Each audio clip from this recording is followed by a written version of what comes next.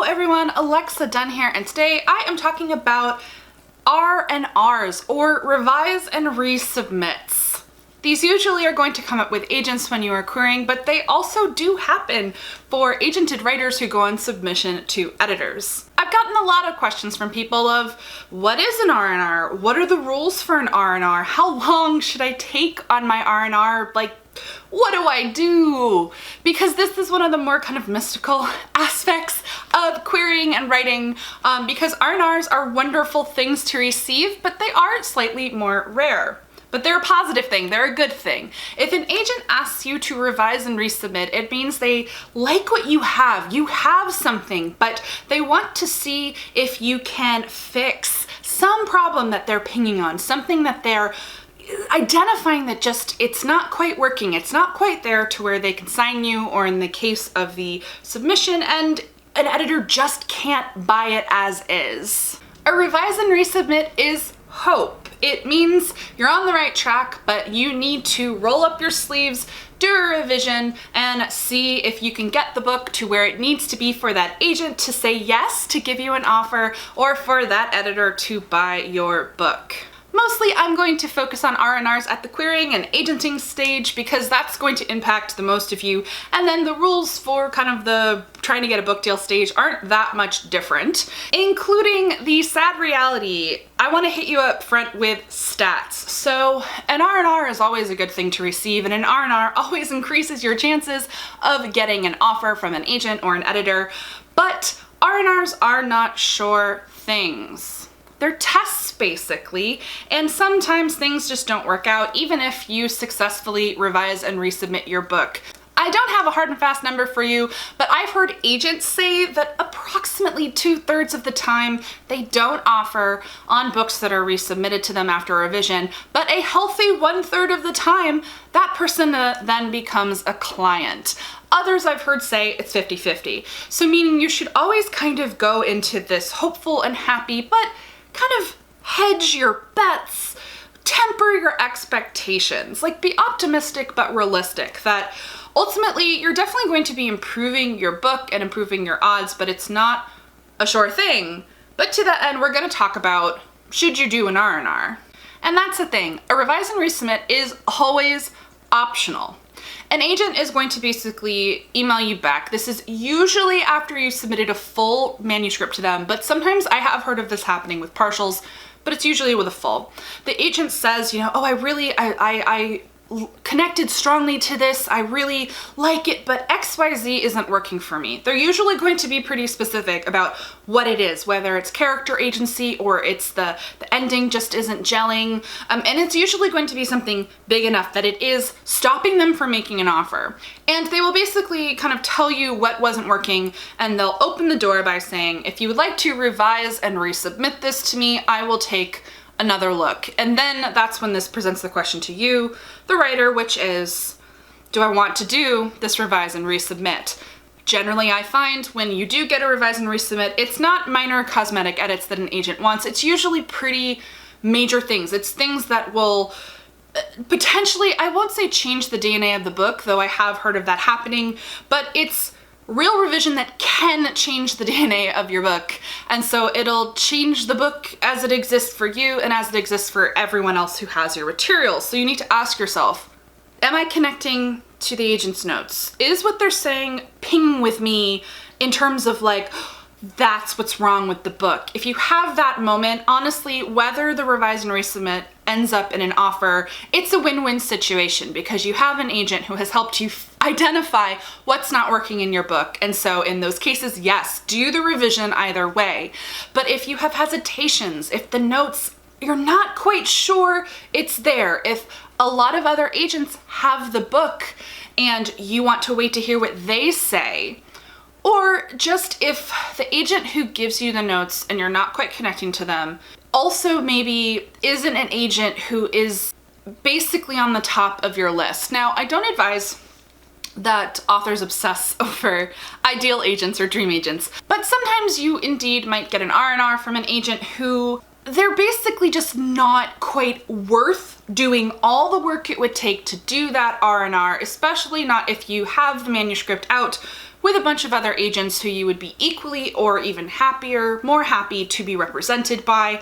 So you might let that R&R sit while you wait to hear from other people. Essentially what I want you to take away from this is that you should never be drastically changing your book to make one agent happy, especially if that one agent isn't your dream agent, essentially, isn't like top of your list for agents. You shouldn't be bending over backwards just for any agent, especially if some of you lovely writers who I love haven't maybe watched some of my videos about agent red flags. Sometimes these R&Rs honestly come from people I would term schmagents, and yeah, I don't think it's worth the time to completely change your book for an agent who just isn't worth it. So yeah, make sure you're really connecting with the notes, that they give you direction to go in, that you just know in your gut is gonna improve your book no matter what. Now, receiving your R&R. Sometimes this is going to come in the form of a rejection email. It's a rejection, but the rejection comes with a revise and resubmit request. Sometimes an R&R does come in the shape of a phone call. And I say this to warn writers. So everyone goes, oh my gosh, an agent wants to have a call with me. And 95% of the time I find that that is an offer call, but I always warn writers that sometimes there's like a 5% chance that the phone call is actually a revise and resubmit call. I have actually had one of those in my career as a writer, and I can tell you that it definitely does happen. It's always kind of a slight disappointment when you get on and realize, oh, it's an R&R call, not an offer.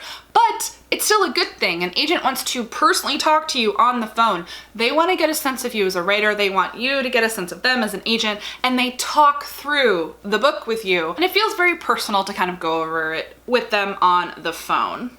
Now, I want to warn of something, and that is you don't have a revise and resubmit request unless the agent explicitly says, if you would like to revise and resubmit, I will take another look. I do know this happens all the time, the case where writers get a very nice and detailed rejection and assume that because the agent gave them detailed notes on what wasn't working in the book, that that is a revise and resubmit. Now, it doesn't mean you can't do a revision based on some very detailed and lovely rejection notes that you receive from an agent, and then query them again with the same manuscript saying, hey, you read a previous version of this, thank you so much for your notes, here is the new version if you are willing to consider it. You can do that, but that isn't an R&R. An R&R only comes with a specific and explicit invitation, just to let you know. Meaning many agents are just friendly and nice and want to give you more concrete notes in a rejection to help you with other agents, but it doesn't necessarily mean they want you to resubmit to them. So now let's talk about exclusives with R&Rs. So exclusive is kind of a dirty word in the industry when it comes to querying. If you ever have an agent, after you've queried them, say, I want this as an exclusive submission.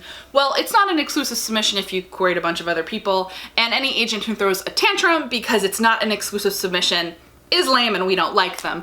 Most reputable literary agents advise against agent exclusives, except when we get into R&R territory. Exclusive R&Rs are more common and they are professionally acceptable, but they should always come with limitations.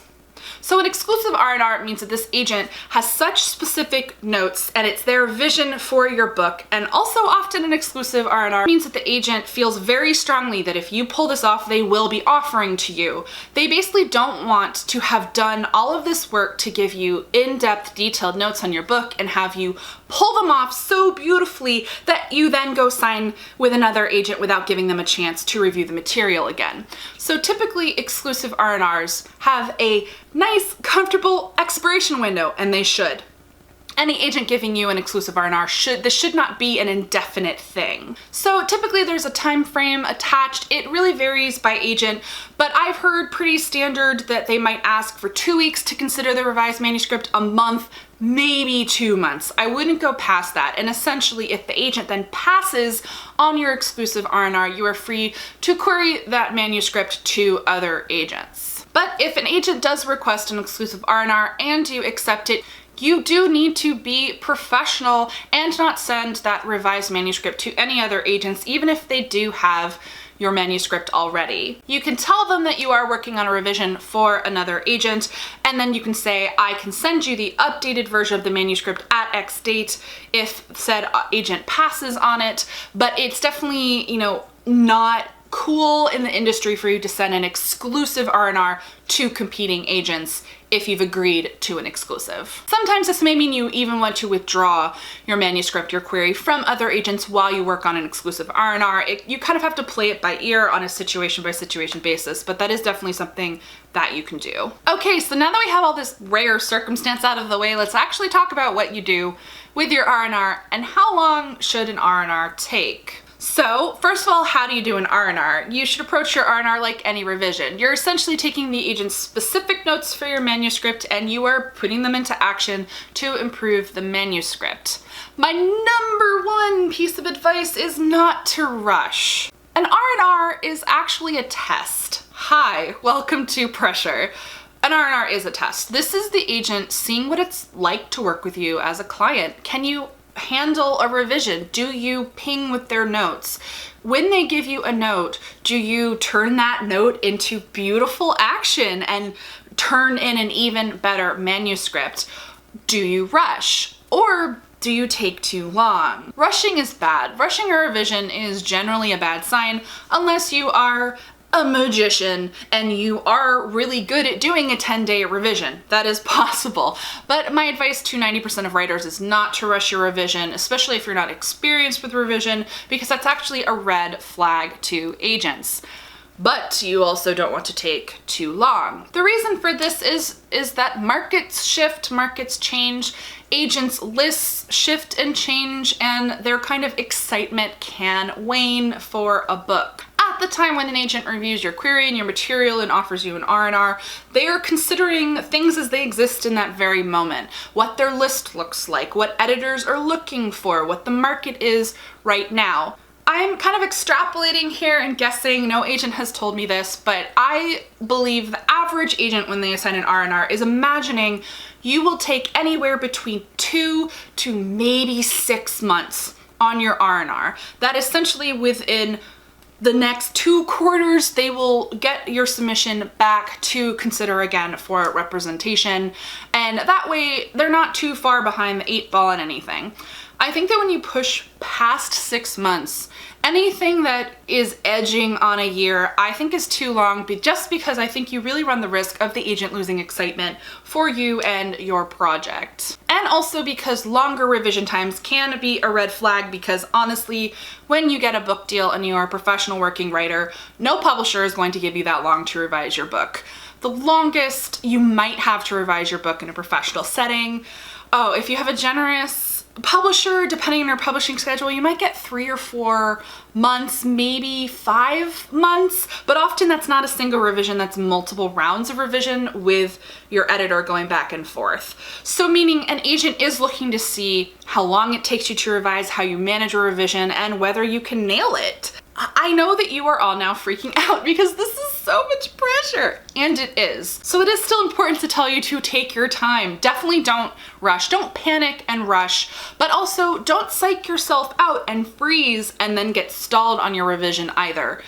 I personally feel that the sweet spot, a nice 6 to 8 weeks minimum, because that really tells the agent that you sat with your notes, you thought about it, you came up with an action plan, and you diligently worked on that revision for 6 to 8 weeks. And if a revision warrants a lot of rewrites where you're really rearranging things and throwing out chapters and scenes and writing new ones, that's the kind of time you really would need to do that. But you know, if it's 3 months, 4 months, even 5 months, I really don't think that is a problem, especially if you nail it. If you're turning into this beautiful masterclass of a book, the agent's going to be so overjoyed, and then you're probably going to get an offer. So essentially, I think the sweet spot is 2 to 6 months for your revise and resubmit. And just jumping back to the book deal side of it, it really depends in terms of revising between submission rounds. The sweet spot is probably pretty similar, but it also really depends on the situation and the type of revision. I can tell you I didn't do a formal revise and resubmit for any editors, but I did do a revision between submission rounds, and that was a revision that I was able to complete in 10 days. So it really does vary widely, but I would consider myself a pretty experienced writer with revision at that point. So it just kind of varies when it comes to doing an R&R for an editor when you're kind of past the querying stage. And I should say that part of that kind of incubation time of doing your R&R, 2 to 6 months, should include getting critique partner feedback on your revision. You should really treat this as kind of an intensive for your book. You've identified the problem, you're excited about the agent's vision and possibly getting to work with them. So really do a deep, proper revision, get your critique partner notes, possibly even do another small revision round, polish round, so that whatever you're turning back into the agent is something really polished and something that you are proud of. And as I mentioned, then it turns into a win-win. Even if you don't get an offer from the agent, you now have a much shinier manuscript to go out to other agents with. So to that end, I did briefly talk about, oh, should you withdraw your submission with other agents? If you are in a situation where you know you're accepting an R&R, it's not an exclusive, because I'll tell you a lot of R&Rs aren't exclusive, and you have a really good gut feeling that this R&R is going to be the one, that you're going to come out of it with this magical, beautiful book. In those cases, I do actually advise reaching out to anyone who has your manuscript, especially if they have a full, and you just tell them, you say, I've received a revise and resubmit from an agent. The notes really speak to me, and I'm going to be revising the book over the next few months. If you would like, I can send you the revised version when I am done. And you kind of say something about if you haven't read the book yet. You always throw in that kind of disclaimer. You can do it on anyone who has a partial. And then same thing with queries. I'd say with queries, you can maybe withdraw your queries, the easiest way to do it. Say, I will re-query when I have the new manuscript, because you're just ultimately in a better position either way if you then are going back out with a stronger manuscript. It can kind of be awkward to have the old version of the manuscript sitting out there with agents while you were creating a more magical, beautiful version of the manuscript. So you kind of have to go with your gut. I know that that's a big question that comes up with R&Rs, so that's kind of my feeling on it. I'll tell you, when I did an R&R for an agent, I didn't withdraw my manuscript from the other agents. I just kind of did a wait and see, because none of them were getting back to me.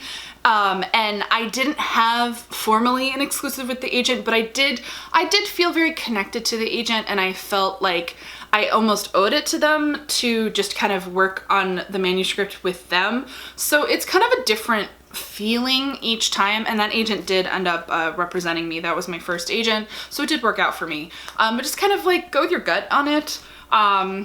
Yeah, that's kind of the nuts and bolts of R&Rs, what they are, that they are optional, that you don't always have to do them, and kind of the time frame. Those are the biggest questions I always get, do I have to do my R&R? How often do they lead to an offer? And how long should I take? So let me know down below in the comments questions you have. Is there anything I've missed about R&Rs? Anything you are curious about?